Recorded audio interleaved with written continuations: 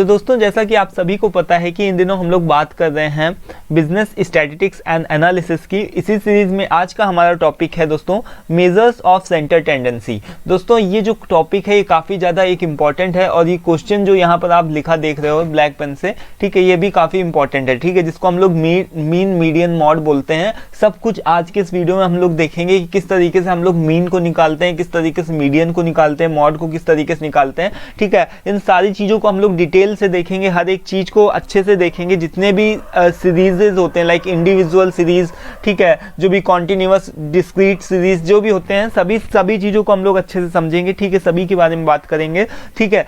तो अभी क्या है दोस्तों, थोड़ा सा कंफ्यूजिंग है ये टॉपिक, जो है थोड़ा सा कंफ्यूजिंग है। और मैंने यहाँ पर आप लोगों के लिए जो भी है यहाँ पर जो टेक्सटेड एरिया है ना, मतलब उसको टाइप करके नहीं, मैनुअली यहाँ पर जो भी कॉपी पे लिखा हुआ, ठीक है, इस वजह से ताकि आप लोगों को उससे बेटर समझ में आए, ठीक है। मे भी थोड़ा सा आपको कंप्रोमाइज़ करना पड़ जाए कि यहाँ पर जो भी है सारी चीज़ें उतनी अच्छी क्लियर नहीं दिखाई पड़ती हैं, बट फिर भी यहाँ पर जितना भी जो भी टेक्सटेड एरिया है ना, वो कुछ इसी तरीके से आप लोगों को रहेगा, मिलेगा, जिससे कि आप लोग जो भी सारी चीज़ें जो भी क्वेश्चंस वगैरह हैं, ठीक है, तो उसको आप लोग आराम से पढ़ सकोगे, ठीक है। तो अभी आप लोगों को इसमें ही कंफर्टेबल फील होगा। बट आपको जो भी अपना वीडियो का जो भी रेजोल्यूशन क्वालिटी होती है ना, जिसमें से 360 एटलीस्ट पी पे देखो, ठीक है, जा करके उसको थोड़ा सा इंक्रीज करके देखना चाहिए, ठीक है। सो यहाँ पर जैसा आपको पता है कि बिजनेस स्टैटिस्टिक्स की सीरीज में ये जो क्वेश्चन है ये दोस्तों बहुत ही इंपॉर्टेंट है और बहुत बार पूछा जाता है कि उसके मेजर्स ऑफ सेंटर टेंडेंसी क्या होता है। इसको आप दो तरीके से बोल सकते हो, या तो मेजर्स ऑफ सेंटर टेंडेंसी के नाम से बोल सकते हो,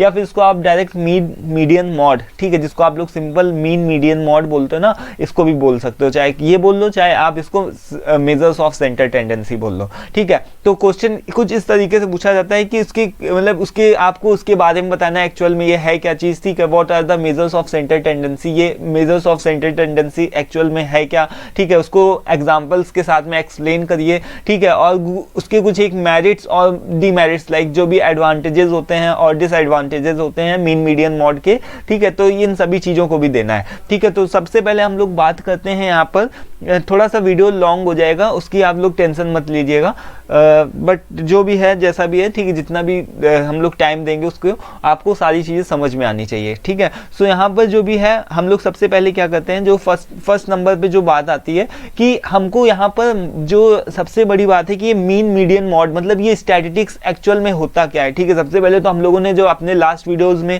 यही सारा डिस्कस किया था कि बिजनेस स्टैटिस्टिक्स की क्या इंपॉर्टेंस है और हम लोग इसका क्या यूज़ करते हैं ना, इंपॉर्टेंस को देखा था और इसकी डिफिनेशन को देखा था, इंट्रोडक्शन पार्ट को कर किया था, जो कि कई बार और काफ़ी बार पूछा जाता है। सो बिजनेस स्टैटिस्टिक्स मतलब क्यों जरूरी है, सबसे पहली बात तो ये है कि जो भी बिजनेस स्टैटिस्टिक्स होती है ना, इसकी जो इंपॉर्टेंस है वो इस वजह से है कि हम लोग डिसीजन मेकिंग में हेल्प करती है, हमारी जो भी डिसीजन मेकिंग होती है उसमें हेल्प करती है। स्टैटिस्टिक्स होता क्या है, स्टैटिस्टिक्स बेसिकली क्या होता है दोस्तों, एक तरीके का डेटा होता है, ठीक है, जो कि मैथमेटिक्स जो आप देखते हो जो भी नंबर्स के फॉर्म में दिया गया होता है, एक तरीके का डेटा होता है, ठीक है, कि किसी आदमी ने कितना सारा दिन में सेल किया, कि उसने कितने सामान को बेचा है सारा दिन में, ठीक है। तो ये क्या होता है, डेटा होता है, जो कि हर जगह अपनी लाइफ में आप कहीं पर भी देख लो काम में आएगा ही, ठीक है। आपका एक छोटी सी पान की जो दुकान होगी ना, उसमें भी ये स्टैटिस्टिक्स लगती है, बट वो उतना ज़्यादा पढ़ा लिखा नहीं होता है। ये जो स्टैटिस्टिक्स होती है तो मतलब बड़े बड़े ऑर्गेनाइजेशंस और कंपनीज वगैरह में होती है, एमएनसीज कंपनी जो भी होती है वहाँ पर उस जगह पर अप्लाई होती है,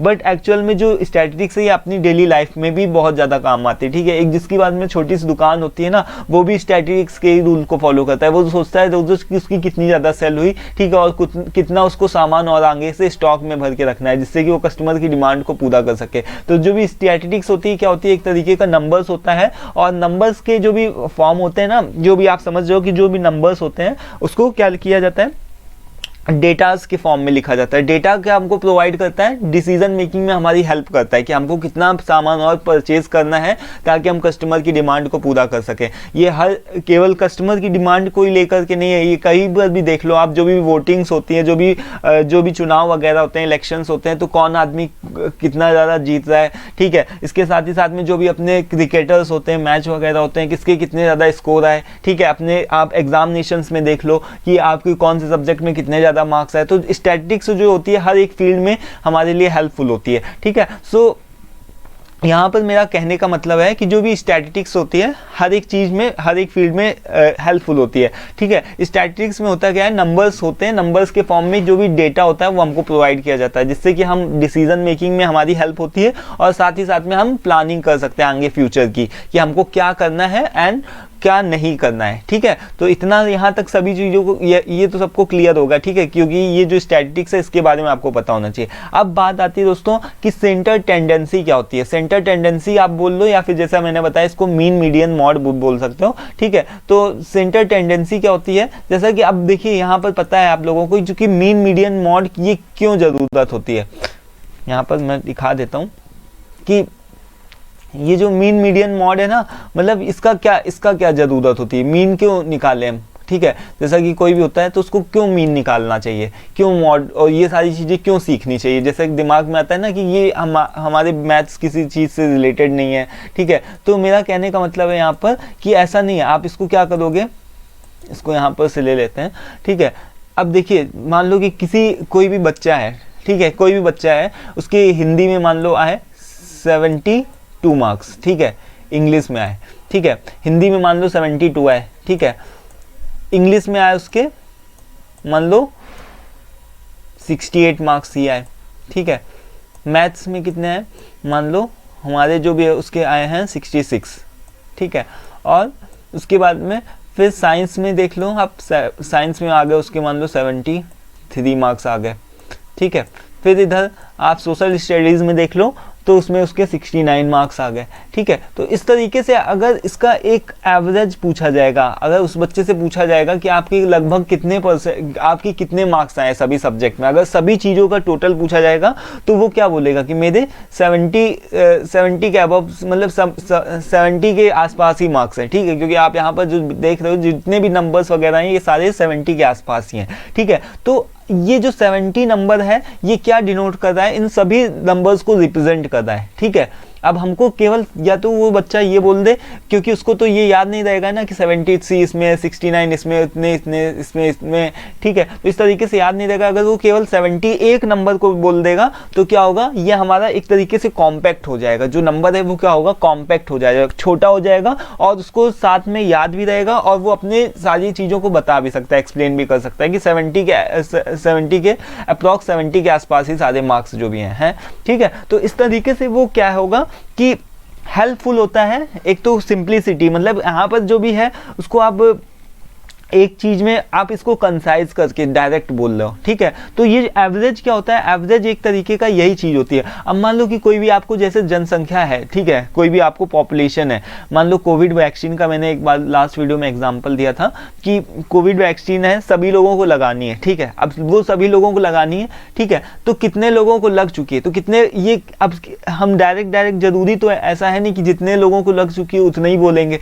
ठीक है। एक तरीके का एवरेज ले लेंगे और उसी के अकॉर्डिंग बोल देंगे कि हाँ, कि अगर भारत में 2 करोड़ की जनसंख्या है तो लगभग 50 लाख लोगों को लग चुकी है, ठीक है। इस तरीके से हम उसको क्या बोल देंगे कि एवरेज के फॉर्म में बोल देंगे कि इतने, मतलब कि क्या हो चुका है कि 25% लोगों को लग चुकी है। तो 25% क्या है, ठीक है, जरूरी कि 50% लोगों को लगी हो, ठीक है, मतलब जरूरी कि 50 लाख लोगों को लगी हो, लेकिन ये 25 क्या डिनोट कर रहा है, एक छोटा सा जो नंबर है ये यही चीज़ को डिनोट कर रहा है, एक सारी चीज़ें पूरी डेटा को बता रहा है ना। तो इसी वजह से मीन मीडियन मॉड की ज़रूरत पड़ती है कि पूरा जो भी डेटा होता है, अभी तो यहाँ पर छोटी सी बात है, लेकिन जब आप बड़ी जगहों पर जाओगे, देखोगे जाकर के, तो वहाँ पर आपको एवरेज जो भी है निकालना बहुत ही इंपॉर्टेंट है। अब यहाँ पर आप सोचोगे हाँ मैं एवरेज क्यों बोल रहा हूँ बार बार, तो यहाँ पर मैं एक चीज़ आप लोगों को बता देता हूँ कि ये जो नाम है ना, मेजर्स ऑफ सेंटर टेंडेंसी, इसको हम लोग एवरेज के नाम से भी जान सकते हैं, ठीक है, या फिर इसको हम लोग मीन मीडियन मॉड के नाम से भी जान सकते हैं, या फिर इसको हम लोग मेजर्स ऑफ लोकेशन भी बोल सकते हैं, ठीक है। तो अभी हम लोग आगे यहाँ पर ये चीज़ पढ़ते हैं। ये देखिए यहाँ पर क्या लिखा हुआ है कि the measures of centre tendency, जिसको हम लोग also call the measures of location, जिसको हम लोग मेजर्स ऑफ लोकेशन के नाम से भी जानते हैं और एवरेज के नाम से भी जानते हैं, ठीक है। तो ये चीज़ आपको ध्यान रखना है, ठीक है। एवरेज क्या होता है, एवरेज वही होता है जैसे कि आपको पता है कि जैसे मान लो हमने लिखे यहाँ पर कोई भी नंबर्स लिख दिए, 1 2 3 4, सॉरी 3 नहीं लिखा है यहाँ पर, चलो 3 लिख दो मान लो, ठीक है, यहाँ 4 लिख दो, यहाँ पर 5 लिख दो, ठीक है।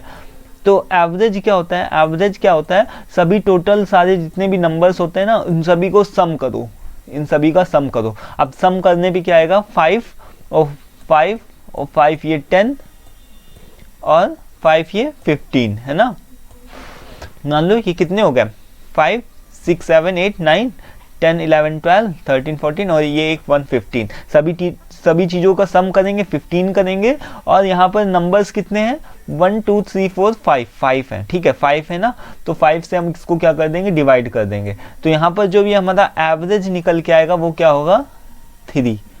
अब ये 3 जो नंबर है वो क्या डिनोट कर रहा है, 3 जो नंबर है वो डिनोट कर रहा है कि 3 के आसपास ही सारी वैल्यूज हैं। मतलब 2 को ऊपर से आप काट लो, चाहे ऐसे ही आप देख सकते हो, और 2 को नीचे से काट लो, तो जो 3 नंबर है वो एकदम इसको एवरेज है, या फिर इसको हम लोग मतलब बीच का नंबर बोल सकते हैं ना, बीच का नंबर है। तो इसी तरीके से अभी तो ये डेटा जो है हमारे पास में बहुत छोटे फॉर्म में है, ठीक है। तो इस वजह से हमको तो यहाँ पर पता चल गया, 2 ऊपर से काट दिया, 2 नीचे से काट दिया, हमको 3 हमारे पास में मिल गया। बट यहाँ पर जब भी डेटा बहुत बड़े फॉर्म में होता है, ठीक है, बहुत बड़े फॉर्म में गिवन होता है, तो हमको एवरेज निकालना थोड़ा सा मुश्किल पड़ जाता है, ठीक है। और इसी वजह से हमको दोस्तों यहाँ पर मीन मीडियन मॉड को सीखना है, ठीक है। तो अभी क्या करते हैं हम लोग, थोड़ा सा जो भी यहाँ पर बेसिक जो भी थ्योरी है इसको थोड़ा सा पढ़ लेते हैं, ताकि जो भी हमारे एग्जामिनेशंस वगैरह में, ठीक है, ये सारी चीज़ें हमारी जो पूछी जाती हैं ये दिक्कत ना करें। तो यहाँ पर सबसे पहले बात पूछा है मेजर्स ऑफ सेंटर टेंडेंसी होती क्या, इसको एक्सप्लेन विद एग्जांपल्स के बारे में बताओ, इसके मेरिट और डिमेरिट्स के बारे में बताओ। तो यहाँ पर जो इसका आंसर है वो क्या है कि the measure of centre tendency, जिसको हम लोग also called the measures of location के नाम से भी जानते हैं, या फिर एवरेजेस के नाम से भी जानते हैं। और यहाँ पर एक जो क्लर्क है वो कौन है, एक तरीके के स्कॉलर हैं, ठीक है। इन्होंने ये एक सिंपल सी डिफिनेशन दी हुई है मेजर ऑफ सेंटर टेंडेंसी की बोल लो या फिर एवरेज की बोल लो, कि N average is a single value. जैसे मैंने आप लोगों को बताया ना कि एक वैल्यू होती है, जैसे 70 नंबर था वो क्या डिफाइन करता था, वो जितने भी मार्क्स आए थे लोगों के, बच्चों के, उन सभी को डिफाइन करता था। So an average is a single value और figure that represents the whole group, जो कि होल ग्रुप को रिप्रेजेंट करता है। जैसे मैंने बोला था ना कि जो भी बच्चे के कितने मार्क्स आए थे, किसी के 78 आए थे, किसी कहीं पर उसके 72 आए थे, कहीं 74 आए थे, कहीं 68 आए थे, कहीं 69 आए थे। तो जो उसका नंबर एक जो 70 था, वो 70 को क्या करता था, वो एक नंबर था जो कि सिंगल वैल्यू ऐसी थी जो कि किसको रिप्रेजेंट कर रही थी, पूरे ग्रुप को रिप्रेजेंट कर रही थी, जो 68 67 जो भी पूरे ग्रुप को रिप्रेजेंट कर रही थी, ठीक है। और ये क्लर्क कौन है, ये एक तरीके की स्कॉलर है। तो आपको ये अच्छा रहेगा कि आप किसी एक भी कोई भी स्कॉलर का आप नाम ध्यान रख लो और उसकी डेफिनेशन उसके वर्ड्स में, वर्ड टू वर्ड, ठीक है, अपना कुछ भी नहीं लगाना है, इसको एकदम अच्छे से रट लो, ठीक है, ताकि आप जो भी है एग्जामिनेशन में इसको सही तरीके से लिख पाओ, ठीक है, क्योंकि वहाँ पर आपको सोचना ना पड़े, ठीक है। अब इसके देखिए पर्पस क्या है, फंक्शंस क्या है, हालांकि मैंने सब कुछ अभी पूरी कहानी बता करके आप लोगों को बता दिया है, बट यहाँ पर एक बार हम लोग फिर से देख लेते हैं कि इसके पर्पस क्या है, फंक्शंस क्या है सेंटर टेंडेंसी के। So it aims to provide an accurate description of the entire data, जितना भी पूरा डेटा होता है उसका एक एक्यूरेट डिस्क्रिप्शन हम लोगों को दे दिया जाता है, ठीक है। अब यहाँ पर नंबर सेकंड पे क्या है कि brief, simple and systematic description.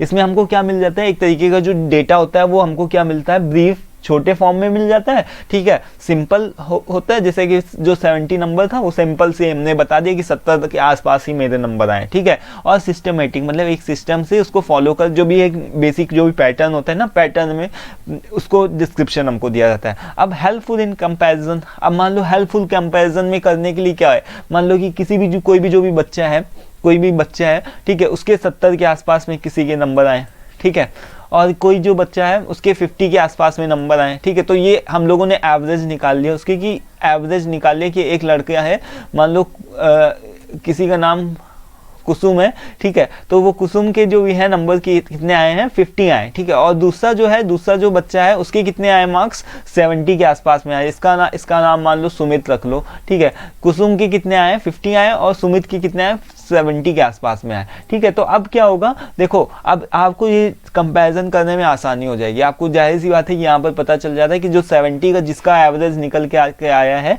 उसके ज़्यादा ही आए मार्क्स, ठीक है। तो हेल्पफुल इन कंपैरिजन, अगर हम एक एक करके देखेंगे, ठीक ठीक है, हिंदी में इसके इतने आए, इंग्लिश में इतने आए, ठीक है। तो इतना इतना करके देखेंगे, एक एक नंबर को देखेंगे। इससे अच्छा है कि एक एवरेज निकाल लिया हमने दोनों लोगों का, और दोनों लोगों का एवरेज निकाल करके जिसका एवरेज ज़्यादा आ रहा है उसी का कंपैरिजन करने, मतलब कि उसको हम लोगों ने देख लिया कि वो ज़्यादा है, ठीक है।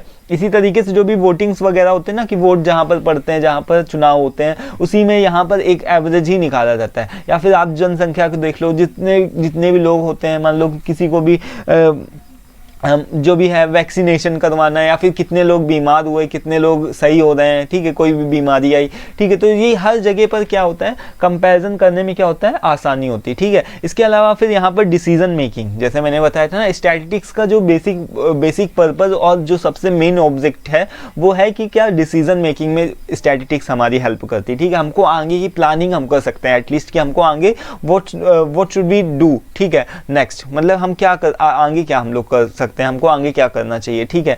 और एनालिसिस करने में हमको क्या करती है, हेल्पफुल करती है। कि एनालिसिस मतलब कोई भी डेटा मिला, मान लो हमको हमारे 70 ही नंबर आए, तो हमको क्या पता चलेगा कि इससे हम लोगों को आगे और भी ज़्यादा मेहनत करने की ज़रूरत है, मतलब कि 70 से 90 का एवरेज बनाना ज़रूरी है, ठीक है। तब हमारे आगे और ज़्यादा नंबर्स आ सकते हैं। और साथ ही साथ में प्लानिंग में भी हेल्प करती है हमारे यहाँ पर, ठीक है, प्लानिंग लिखा हुआ है, तो इन सारी चीज़ों में ये हमारी हेल्प करती है, ठीक है। अब यहाँ पर देख लीजिए क्या लिखा हुआ है, कैरेक्टरिस्टिक्स, जो भी कैरेक्टरिस्टिक्स और जो बेसिक प्रॉपर्टीज होती है ना सेंटर टेंडेंसी की, वो यहाँ पर बताई गई है। तो सबसे पहले तो क्लियर, इजी टू अंडरस्टैंड। अब यहाँ पर जो भी आपको सेंटर टेंडेंसी आप निकाल लोगे, आपके पास में खूब बड़ा सा ह्यूज डेटा दिया गया, बहुत बड़ा सा ह्यूज डेटा दिया गया, ठीक है, उसका जो भी है आप उसको देखते देखते परेशान हो जाओगे, ठीक है। बट अगर उसकी जगह पर आपको एक सिंपल सा नंबर पता चल जाएगा कि 70, या फिर जो भी है उसका जो भी एवरेज है वो 80 है, 80 के आसपास है, तो आप उसको क्या कर दोगे, सिंपल, क्लियर,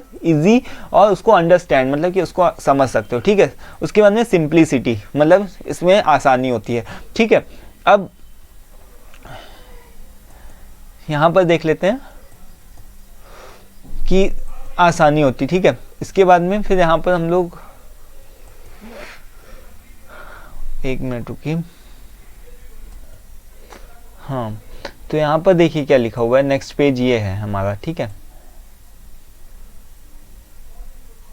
इसमें थोड़ा सा आप लोगों को प्रॉब्लम हो सकती है, जो पीपीटीज वगैरह होती है ना वो थोड़ी सी आसान होती है, बट यहाँ पर मेरे पास में जो भी था टेक्स्ट में फॉर्म में, इसी फॉर्म में था, ठीक है। तो इसमें से भी कुछ नहीं, काम आप चला सकते हो, आराम से कर सकते हो, ऐसा कुछ भी नहीं है, ठीक है।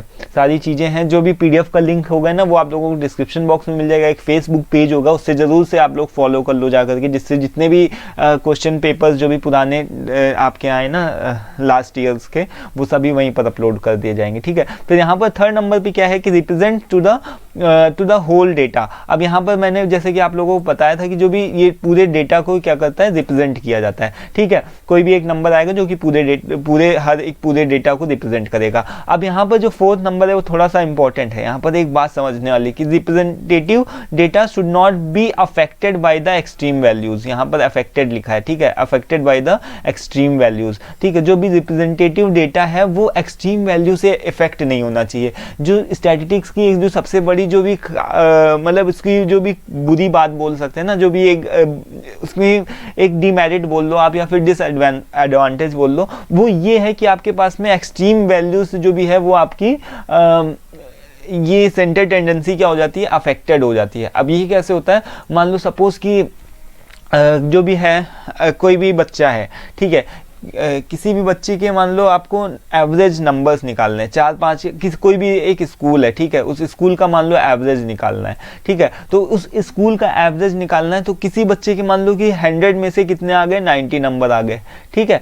अब किसी के नंबर मान लो आ गए, मान लो किसी के नंबर 20 आए, ठीक है, और किसी के नंबर कितने आए हमारे पास में, मान लो 40 आ गए, ठीक है, किसी के नंबर इतने आ गए। अब इन बच्चों का क्या हमको निकालना है, एवरेज निकालना है पूरे स्कूल का, ठीक है, कि इस पूरे स्कूल का हमको एवरेज निकालना है। तो हम क्या करेंगे, एवरेज निकालने के लिए वही फॉर्मूला यूज़ करते हैं ना, इन सभी का सम करते हैं, और 1 2 3 नंबर्स हैं तो 3 नंबर से डिवाइड कर देंगे। तो करके देखते हैं, चलिए 9 और 10 11, उसके बाद में 12 13 14 15, ठीक है। तो यहाँ पर हमारे पास में कितने हुए, ठीक है, 15 150, ठीक है। अब ये 3 नंबर है, ठीक है, 3 नंबर से हम इसको क्या कर देंगे, डिवाइड कर देंगे।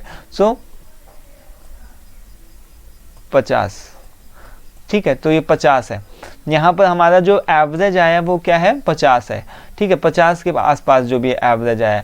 तो ये जो 50 है ना, ये एक तरीके से यहाँ पर देखा जा रहा है तो गलत एवरेज आया, क्योंकि देखिए 90 से 50 कितना कम है, ठीक है। 40 के तो चलो लगभग आसपास में ही है, बट यहाँ पर 20 से भी कितना ज़्यादा है, ठीक है। तो यहाँ का जो एवरेज है ना वो सही नहीं दिया गया है। तो यहाँ पर आप इस तरीके से देख रहे हो ना कि किस तरीके से जो मैक्सिमम एक्सट्रीम वैल्यू, जो मतलब सबसे ज़्यादा वैल्यू किस तरीके से प्रभावित कर रही है। यहाँ तो टॉप पर भी हमारे पास में मान लो सही वैल्यू दी गई है। मान लो अगर यहाँ पर 90 की जगह 190 होता, तब देख लो तब क्या होता, तब तो हमारे पास में मान लो कि यहाँ पर जो भी 150 तो 250 हो जाता है ना, 190,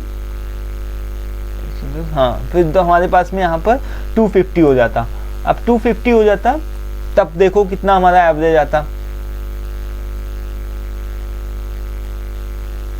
80 के आसपास आता, ठीक है, 80 के आसपास आता है ना हमारा जो भी एवरेज है, वो करीब 80 के आसपास में आता, 80 के आसपास आता। तो देखो यहाँ पर कितना ज़्यादा, मतलब 190 से कितना ज़्यादा कम होता, ठीक है, और 20 से कितना ज़्यादा आगे होता, 40 के तो एकदम मतलब जस्ट डबल होता है एवरेज, ठीक है। तो एवरेज का मतलब होता है कि आसपास की वैल्यू, इतनी ज़्यादा नहीं आगे बढ़ानी है, ठीक है। तो ये चीज़ आप समझ पा रहे हो ना, आई होप कि आपको समझ में आ रहा होगा, ठीक है। तो एक्सट्रीम वैल्यू से जो भी हमारा जो डेटा है वो स्टैटिस्टिक्स का ये एक मान लो कि एक तरीके से डिसएडवांटेज है, या फिर एक इसको हम लोग इसका यही चीज़ बोलते हैं कि ये इसकी डीमेरिट है, ठीक है, कि इससे यही एक चीज़ का हमको जो लॉस होता है वो यही चीज़ का होता है कि इसके जो भी एक्सट्रीम वैल्यूज़ होती है ना वो बहुत ज़्यादा अफेक्टेड कर देती हैं जो भी हमारा डेटा होती है उसको। तो हमको एक्सट्रीम वैल्यूज़ से बचना चाहिए, सारे जो भी डेटा होना चाहिए वो एक तरीके का सिमुलटेनियसली, मतलब एक बेसिक फॉर्म में होना चाहिए। इतना बहुत ज़्यादा किसी डेटा में हमारी एक्सट्रीम वैल्यू होनी चाहिए, ना बहुत ज़्यादा किसी में कम होनी चाहिए, ठीक है।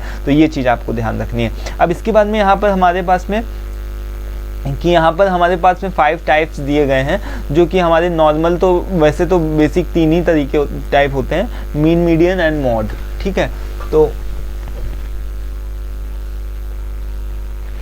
मीन, मीडियन एंड मॉड होते हैं, ठीक है। वैसे यहाँ पर हमारे पास में 3 ही होते हैं एवरेज जो भी होते हैं, मीन, मीडियन एंड मॉड, ठीक है। बट यहाँ पर थोड़ा सा दो टाइप आपके और भी दिए गए हैं जो कि आपके सिलेबस में हो सकते हैं, जिसको हम लोग geometrical mean and harmonic mean के नाम से भी जानते हैं, ठीक है। तो ये आपके 5 टाइप्स हैं जिसको आपको अपने एग्जामिनेशंस वगैरह में फॉलो करना है, ठीक है। इसके अलावा वेटेड मीन वगैरह भी है जिसको हम लोग सबको अच्छे से आगे डिस्कस करेंगे, ठीक है। अब इसके बाद में देखिए आगे क्या है कि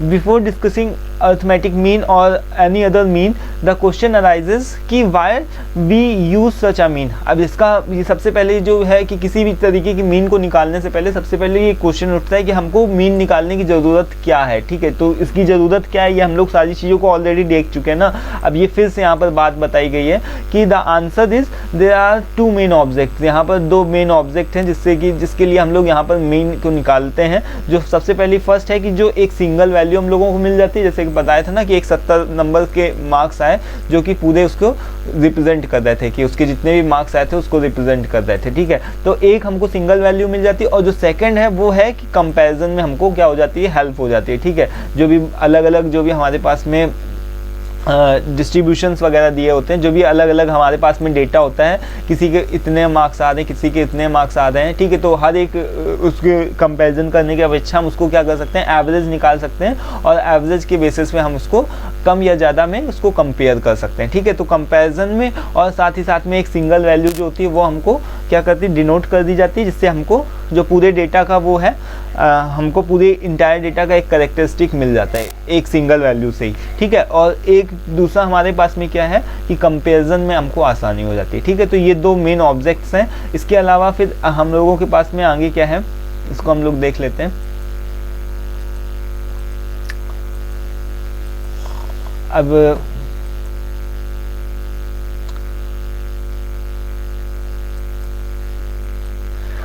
अब यहाँ पर आप जो देख रहे हो दोस्तों कि सबसे पहले हम लोग अर्थमेटिक मीन के बारे में पढ़ेंगे, ठीक है।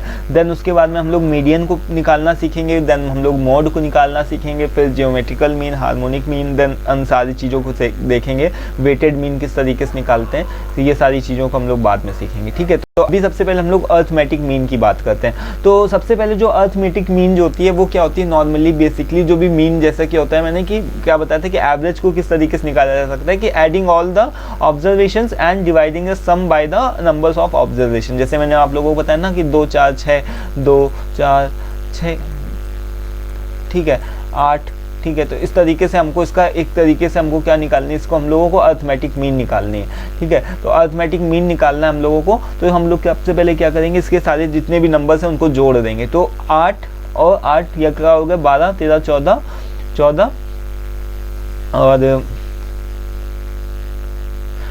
और यहाँ पर हमारे पास में टोटल कितना हो गया, 20 आ गया, ठीक है। 6 14 और 6 हमारे पास में क्या हो गया, 20 हो गया।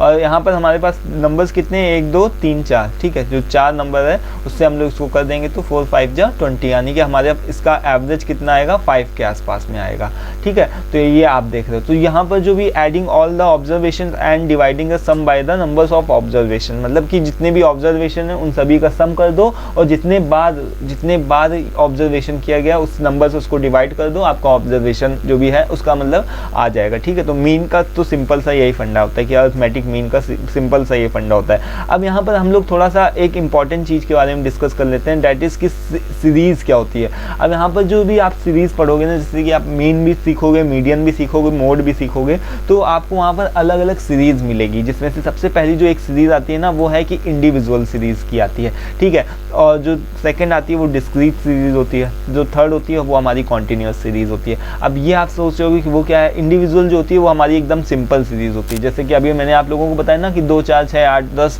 ठीक है। तो ये हमारी क्या है, इंडिविजुअल, केवल एक सीरीज है, ठीक है। बट जहाँ पर आप लोगों को एक सीरीज के साथ ही साथ में एफ भी मिलता है। एफ का मतलब आप समझ लो कि मतलब जिसको हम लोग फ्रीक्वेंसी बोलते हैं कि कितने बार कोई नंबर रिपीट हुआ है, ठीक है, एफ भी मिलता है, ठीक है। तो वहाँ पर वो डिस्क्रीट सीरीज हो जाती है। डिस्क्रीट सीरीज में हमको क्या मिलता है, एफ मिलता है, ठीक है। उसके अकॉर्डिंग हम लोगों को फॉर्मूला अप्लाई करना होता है। देन कॉन्टिन्यूस सीरीज हम लोगों को मिलती है। कॉन्टिन्यूस सीरीज में क्या उसकी खास बात होती है, उसकी खास बात ये होती है कि हमको इंटरवल्स देखने को मिलते हैं, जैसे कि 0 से 10, 10 से 20, इस तरीके से हमको 0 से 10, 10 to 20, इस तरीके से हमको क्या देखने को मिलते हैं, इंटरवल्स देखने को मिलते हैं। तो जहाँ पर भी आपको ये सारे इंटरवल्स दिखें वो क्या होगी दोस्तों, कॉन्टिन्यूअस सीरीज होगी, ठीक है। इसके बारे में हम लोग अभी आगे नेक्स्ट वीडियो में डिस्कस करेंगे और अच्छे से, ठीक है। फिलहाल के लिए दोस्तों आज की वीडियो में इतना ही रखते हैं, इससे आप लोगों को कन्फ्यूजन ना हो, डाउट ना हो, एक तरीके की इंट्रोडक्शन वीडियो थी। हम लोग नेक्स्ट वीडियो में किस तरीके से जो भी अर्थमेटिक मीन होती है उसको निकालना सीखेंगे इंडिविजुअल सीरीज के लिए, ठीक है। तो यहाँ सबसे पहले और एक और भी चीज़ आप लोग समझ लो, ठीक है। जो भी अर्थमेटिक मीन होती है उसको हम लोग कैलकुलेटेड बाय द 2 मेथड्स, ठीक है। जो भी अर्थमेटिक मीन होती है या फिर मीडियन भी होती है, मोड भी होती है, कोई भी यहाँ पर जो भी आपको यहाँ पर 2 मेथड्स आपको देखने को मिलेंगे, ठीक है। एक तो होता है डायरेक्ट मेथड और दूसरा होता है शॉर्टकट मेथड, ठीक है। तो डायरेक्ट मेथड क्या होता है, इसको भी हम लोग सीखेंगे। शॉर्टकट मेथड से किसी भी चीज़ को किस तरीके से निकालते हैं उस चीज़ को भी सीखेंगे।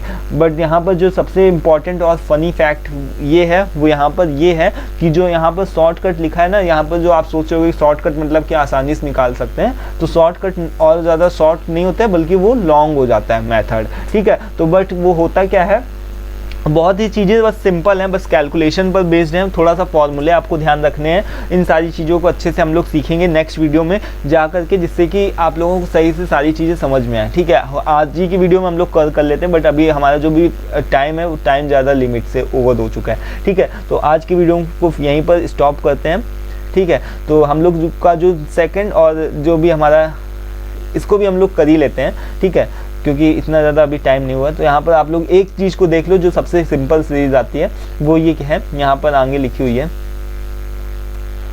यहाँ पर आगे है, ठीक है। इसको यहाँ पर से देख लो। जो सबसे पहली जो आपकी सीरीज आती है ना वो कौन सी होती है, डायरेक्ट मेथड, जो कि आपकी डायरेक्ट, जो यहाँ पर मैंने इंडिविजुअल मेथड बताया था ना, डायरेक्ट मेथड। यहाँ पर 2 आपके मेथड्स होते हैं, डायरेक्ट मेथड की इंडिविजुअल सीरीज। अब डायरेक्ट मेथड की शॉर्टकट सीरीज को हम लोग क्या देखेंगे, नेक्स्ट वीडियो में देखेंगे। बट यहाँ पर डायरेक्ट मेथड की हम लोग इंडिविजुअल जो भी सीरीज होती है उसको अभी देख लेते हैं, डायरेक्ट मेथड की इंडिविजुअल सीरीज़ को अभी देखते हैं, ठीक है। डायरेक्ट मेथड की शॉर्टकट सीरीज़ को हम लोग आगे नेक्स्ट वीडियो में देखेंगे। इसी तरीके से आप लोगों को बहुत सारी सीरीज़ देखने को मिलेंगी, थोड़ी सी कन्फ्यूज़न होगी, बट यहाँ पर जब आप नेक्स्ट वीडियो देखोगे जा करके ना, तो सारी कन्फ्यूज़न आप लोगों को दूर हो जाएगी, ठीक है। तो ऐसा एक तरीके का मेरा प्रॉमिस आप मान सकते हो। तो जो भी देखो, जैसे कि मैंने बताया डायरेक्ट और shortcut method, individual series direct method, individual series shortcut method, discrete series direct method, discrete series shortcut method, continuous series direct method, continuous series shortcut method, ठीक है। और स्टेप डेरिवेशन मेथड भी होता है, ठीक है। तो इन सारी चीज़ों को हम लोग ऑलमोस्ट 6 से 12 हमारे पास में क्वेश्चंस बन के आते हैं, ठीक है। और उन क्वेश्चंस में जो सबसे इंपॉर्टेंट चीज़ होती है कि आपको फाइंड आउट करना होता है, समझना होता है, पता लगाना होता है कि कौन सी सीरीज़ है और कौन सा इसमें फॉर्मूला लगेगा, ठीक है। और बस फिर आगे का काम एकदम सिंपल हो जाता है, बस इतनी सी बात है, ठीक है। तो सबसे पहले हम लोग अभी क्या पढ़ेंगे, सबसे पहले हमारी जो बात आती है वो क्या है, इंडिविजुअल सीरीज़ और डायरेक्ट मेथड, ठीक है। इंडिविजुअल सीरीज और शॉर्टकट मेथड को हम लोग नेक्स्ट वीडियो में डिस्कस करेंगे, बट आज के इस वीडियो के लिए हमारे पास में क्या है, इंडिविजुअल सीरीज और इंडिविजुअल सीरीज और डायरेक्ट मेथड को हम लोग डिस्कस करते हैं, ठीक है। तो यहाँ पर देखते हैं, यहाँ पर देखिए जो डायरेक्ट मेथड है, suppose we have following observation, हमारे पास में यहाँ पर कुछ एक ऑब्जर्वेशंस दिए गए हैं, ठीक है। इसका हमको क्या निकालना है, calculate the arithmetic mean, AM मतलब अर्थमेटिक मीन। तो यहाँ पर जो सबसे सिंपल और सरल फॉर्मूला होता है, जो कि अभी आप लोगों ने ऊपर देखा भी 2 4 6 8 10 जैसे मैंने लिख के बताया, ठीक है, 1 2 3 4 5 का लिख करके बताया। तो जो कि n यहाँ पर है, n क्या नंबर्स को डिनोट्स करता है, और यहाँ पर सिग्मा x जो होता है वो क्या करता है, टोटल नंबर्स को डिनोट करता है, ठीक है। तो जहाँ पर आपको एकदम सिंपल सा ऐसा कुछ देखने को मिलेगा, फिलहाल आप लोग बड़े स्टूडेंट्स हो तो ऐसा तो कुछ दिखेगा नहीं, बट यहाँ पर आप लोगों को इसको एक छोटे फॉर्म में आपको जरूर से इसको पता होना चाहिए कि अर्थमेटिक मीन एकदम सिंपल तरीके से कैसे निकालते हैं। तो यहाँ पर जो भी डायरेक्ट मेथड होता है ना इंडिविजुअल सीरीज़ के लिए, तो वो यही होता है कि इसको सबसे पहले हम लोग क्या करते हैं, जो भी हमारे पास में पूरा गिवन डेटा होता है उसको हम लोग क्या कर देते हैं, प्लस कर देते हैं, ठीक है। और ये कितने टाइम्स होता है, 1 2 3 4 5 6 7 से हमको क्या करना है, इसको डिवाइड करना है। तो जब आप इसको सभी चीज़ों को प्लस कर दोगे तो 266 आंसर आएगा, और 7 से जब इसको डिवाइड कर दोगे तो 38 इसका आंसर आ जाएगा, ठीक है। तो इस तरीके से जो आपका इंडिविजुअल, यहाँ पर आप लोगों को दिखा देता हूँ, इंडिविजुअल सीरीज़ और डायरेक्ट मेथड का वो आपका कवर हो चुका है, ठीक है। इंडिविजुअल सीरीज डायरेक्ट मेथड आपका कवर हो चुका है। अब इंडिविजुअल सीरीज शॉर्टकट मेथड जो है वो आपका हम लोग नेक्स्ट वीडियो में देखेंगे, ठीक है, जिसमें से हम लोगों को कुछ A वगैरह भी निकालना होगा, ठीक है। तो हम लोग देखेंगे उसको हम लोग नेक्स्ट वीडियो में, ठीक है। आज की वीडियो में फिलहाल इतना ही दोस्तों। वीडियो पसंद आए तो उसको लाइक ज़रूर कर दीजिएगा, ठीक है, जिससे कि आगे की वीडियोस बनाने के लिए मोटिवेशन मिलता है। और इसके अपार्ट फ्रॉम दिस दोस्तों, आप लोग फेसबुक ग्रुप से ज़रूर से ज्वाइन हो जाओ, जिसका लिंक डिस्क्रिप्शन बॉक्स में होगा। जो यहाँ पर PDF का लिंक है ना, वही आप लोगों को मिल जाएगा, ठीक है। तो PDF का लिंक आप लोगों को डिस्क्रिप्शन बॉक्स में मिल जाएगा, वहाँ फेसबुक पेज में आप लोग जाओगे, वहीं पर उसको फॉलो कर लेना, PDF लिंक को आप लोग देख लेना और साथ में फॉलो भी कर लेना, ठीक है। तो जिससे आपको जो भी है सारी चीज़ें बार बार नोट नहीं करने की जरूरत पड़ेगी, ठीक है। यहाँ पर जितनी भी चीज़ें हैं उनको नोट नहीं करना पड़ेगा, आप डायरेक्ट PDF को डाउनलोड करोगे और अपना पढ़ना स्टार्ट कर दोगे, ठीक है। तो लिखने की जरूरत नहीं पड़ेगी, क्योंकि यहाँ पर जो भी लैंग्वेज लिखे हो बहुत सिंपल और ईजी है, ठीक है। तो कोई भी कॉमेंट हो, कोई भी क्वेरी हो, at least let me know in the comment box so that I can improve it more, और कोई भी चीज़ का प्रॉब्लम बताना, ठीक है। सो आज की वीडियो में फिलहाल इतना ही, मिलते हैं नेक्स्ट वीडियो में। Till then take care, thank you and bye.